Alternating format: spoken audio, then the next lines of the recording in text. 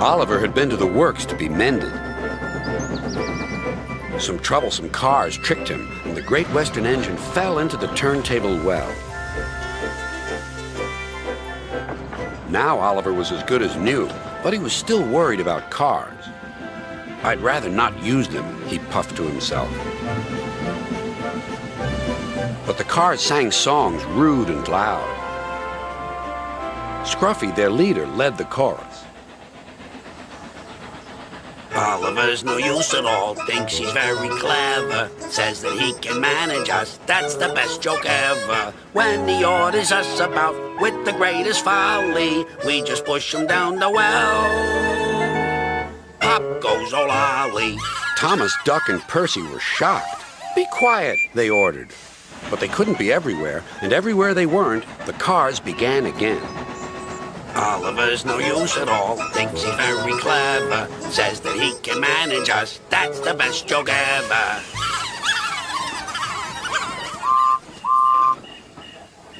At last, the engines gave up. "We're sorry, Oliver," they said.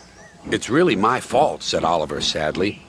"I shouldn't have fallen in the turntable well." Toad, the brake van, felt sorry for Oliver, too. Next morning, he spoke to Douglas. "I'm worried, Mr. Douglas.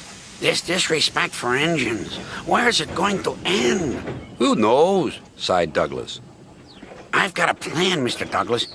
May I stay here today and help Mr. Oliver? We are both Great Western and must stand together." "Certainly, Toad," replied Douglas and puffed away. Soon Toad was explaining his plan. "Goodness gracious, Toad, I don't think you should suggest such a thing to Oliver." But Oliver interrupted. "No, Duck, Toad's right. It's really my fault. I must put this trouble right." "I meant no disrespect, you understand." "Of course not, Toad. Anyway, Driver says the same, and he's arranged it with the station master." "Very well, Oliver," conceded Duck, "but I must hurry. My passengers will be waiting. Good luck."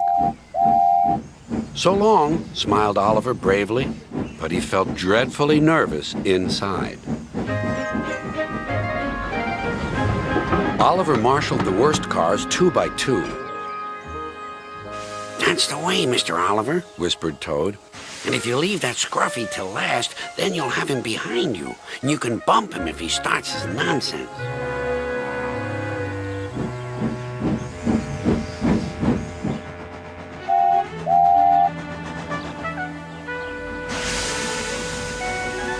Hold back," whispered Scruffy, "and pass the word to the others." The silly cars giggled.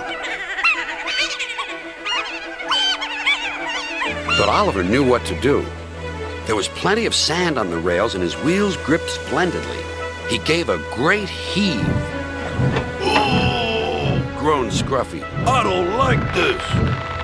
"Go on," yelled Duck. "Well done, boy, well done." "Oh!" wailed Scruffy. "I'm coming apart!"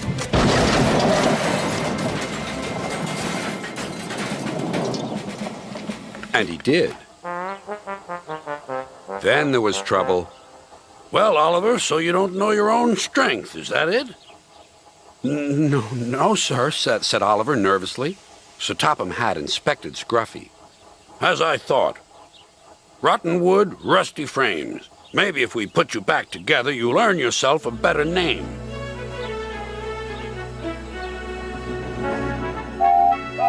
Nowadays, Oliver only takes the cars when the other engines are busy.